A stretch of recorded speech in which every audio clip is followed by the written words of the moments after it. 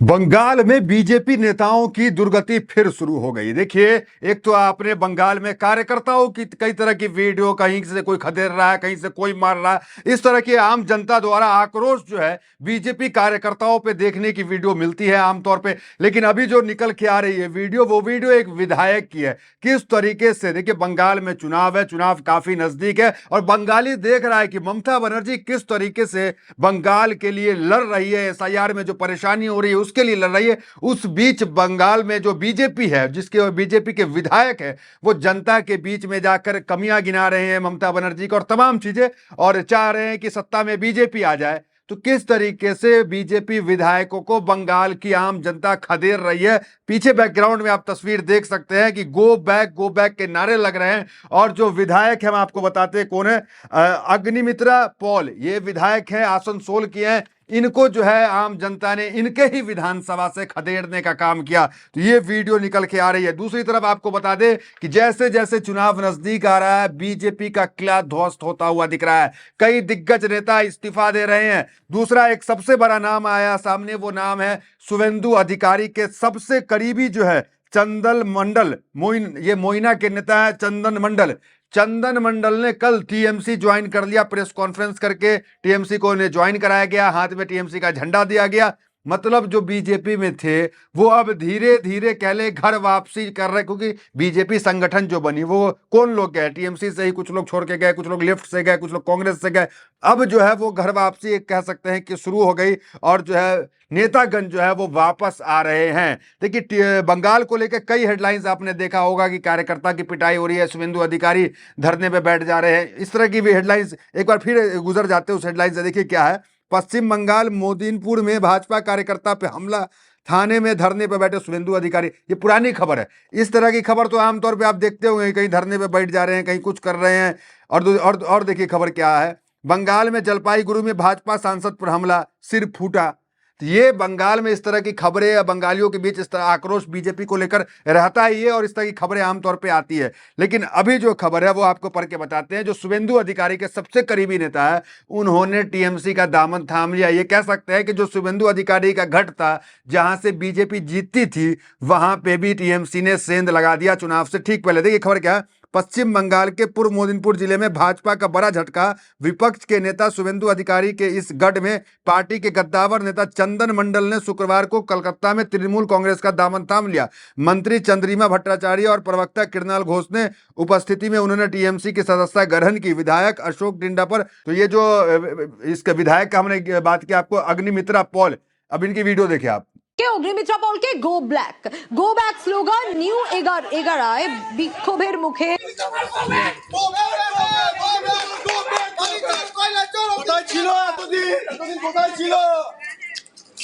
জিজ্ঞেস করো কোথায়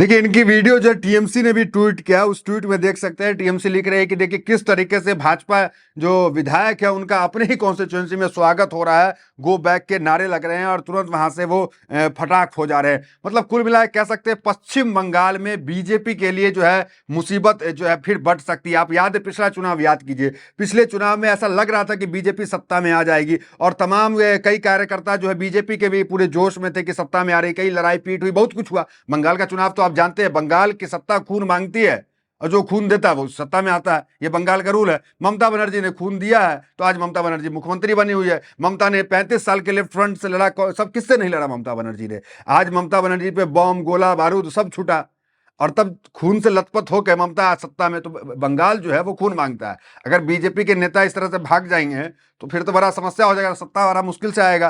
तो पिछली बार की कहानी आपको बता रहे थे कि पिछली बार ऐसे ही लग रहा था कि बीजेपी सत्ता में आ जाएगी। पिछला चुनाव जो 2021 में हुआ, मैंने बंगाल गया, वहां कवर भी किया, हम सब कुछ किए, तो वहां पे हमें तो पता था कि टीएमसी आ रही है क्योंकि वहां पे का माहौल ही इस प्रकार था। लेकिन बीजेपी काफी जो है जोश में थी, कई तरह के वहां पे नारे लग रहे थे, झंडे कई तरह के किए जा रहे थे और कोशिश किया जा रहा था कि हिंदू मुस्लिम हो जाए और तमाम चीजें होकर के बीजेपी सत्ता में आसानी से आ जाए। लेकिन क्या हुआ, चुनाव के ठीक बाद टीएमसी सत्ता में, और टीएमसी सत्ता में जैसे आई उसके बाद ममता बनर्जी ने सबको गंगा में स्नान कराया, स्नान करा के पूरा टेंट लगाता भव्य, और तब जाकर के सब जो है वापस जो है बीजेपी से टीएमसी में आए। तो कुछ इस प्रकार का जो है वो कह सकते हैं कि अब चुनाव से पहले ही इस बार देखने को मिल जाए कि चुनाव, पिछली बार तो चुनाव के बाद लोग टीएमसी में आए थे, इस बार चुनाव से पहले ही आ सकते हैं, इस तरह का जो है वो देखने का माहौल मिल रहा है। अब आपको बताते हैं कि बीजेपी क्यों कामयाब नहीं हो पा रही है वहां पश्चिम बंगाल में। बीजेपी ने एसआईआर के माध्यम से सोचा कि पश्चिम बंगाल के अंदर सत्ता में आसानी से आ जाएंगे, क्योंकि 1.5 करोड़ 2 करोड़ उनको अंदाज था कि वोट कट जाएगा। लेकिन वहां पे वो वोट कटा नहीं, क्योंकि टीएमसी के कार्यकर्ता ग्राउंड पे, समझिए कि एकदम सब काम धाम छोड़ करके ग्राउंड में मुस्तैदी से बैठे हुए थे, वोट नहीं कटने दिया। यही कारण है कि आज टीएमसी जो है प्लस पॉइंट अपना बना के रखी हुई है और बीजेपी बौखलाई हुई है। यही कारण है, क्योंकि अगर वोट कट जाता 1.5 करोड़ 2 करोड़ तो समझिए कि मुश्किल हो सकती थी, लेकिन वोट नहीं कटा। और ममता बनर्जी, वोट क्यों नहीं कटा आप जानते हैं। ममता बनर्जी ने चुनाव आयोग के खिलाफ, ज्ञानेश कुमार के खिलाफ, मोदी शाह के खिलाफ जमीन से लेके हाईकोर्ट से लेके संसद तक कहां नहीं लड़ी ममता, खुद एज एडवोकेट बनकर के ममता बनर्जी लड़ी। अब आते हैं, आपको बताते हैं, एक तो कारण है कि ममता को लेकर एक सिंपैथी है, क्योंकि बहुत साधारण तरीके से रहती है।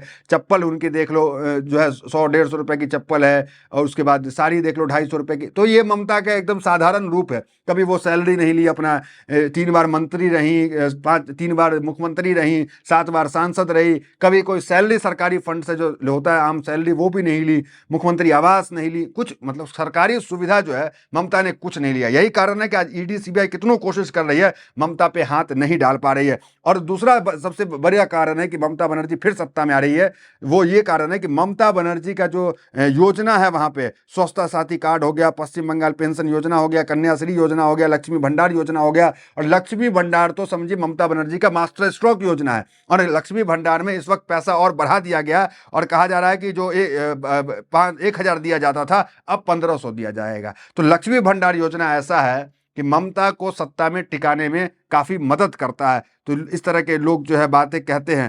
तो बीजेपी के पास ऐसा कोई मुद्दा नहीं है जो बंगाल में, क्योंकि ममता सब कुछ वहां पे दे रही है। तो ममता बीजेपी के आने का कोई वहां पे और कोई ठोस मुद्दा नहीं बचता। और दूसरा जो सबसे वीक पॉइंट है बीजेपी का, कि बीजेपी के पास वहां पे अपना जो है कोई नेता नहीं है। अगर 2-4 नेता हैं, 2-4 तो नहीं, एक ही नेता है शुभेंदु अधिकारी, वो टीएमसी से ही गए हुए हैं, अपना इनके पास जो है वहां पर कुछ नहीं। और टीएमसी से गया तो उनका भी जो है वो इतना बड़ा छवि नहीं है, ममता के सामने जो लड़ सके वो छवि वहां पे उनका नहीं है। अब आपको एक चीज बताते हैं, जो अभी एक सर्वे हुआ था, पिछली वीडियो में हमने बताया था आपको, फिर दोहरा देते हैं क्यों हम कह रहे हैं कि क्योंकि पश्चिम बंगाल में 2021 में भी हमने कवर किया चुनाव, इस वक्त भी पश्चिम बंगाल हमने जो है गए और वहां पे हमने चुनाव कवर किया करीब 2 महीना। आपने लगातार वो वीडियो भी देखा होगा।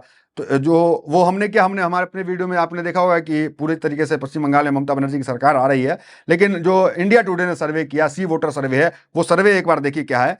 अगर आज लोकसभा चुनाव होता है तो तृणमूल कांग्रेस 2024 जैसे ही प्रदर्शन दोहराते हुए पश्चिम बंगाल में लगभग सभी सीटों बरकरार रख सकती है। यह अनुमानित इंडिया टुडे सी वोटर के मूड ऑफ द नेशन सर्वे के सामने आया है। 2024 के लोकसभा चुनाव में तृणमूल कांग्रेस ने 42 में से 29 सीटें जीतकर 2029 के मुकाबले बेहतर प्रदर्शन किया था, जबकि बीजेपी 12 सीट के साथ काफी पीछे दूसरे नंबर पर रह गई थी। तो कुल मिलाकर ये जो इंडिया टुडे है, हालांकि है तो गोदी मीडिया ही, लेकिन इसके अनुसार भी टीएमसी सत्ता में आ रही है और टीएमसी को कोई नुकसान नहीं हो रहा है। तो इस तरह के सर्वे निकल के आ रहे हैं। आप जानते हैं कि कई प्रकार की कोशिश है, बाबरी मस्जिद ये वो तमाम, लेकिन फिर भी अभी के जो सर्वे जो आया इंडिया टुडे सी वोटर का, वो यही कहता है कि ममता बनर्जी सत्ता में आ रही हैं। आपका क्या अनुमान है, आप कमेंट में जरूर बताएं। तो फिलहाल इस वीडियो में इतना, मिलता है अगली वीडियो में, बहुत बहुत धन्यवाद।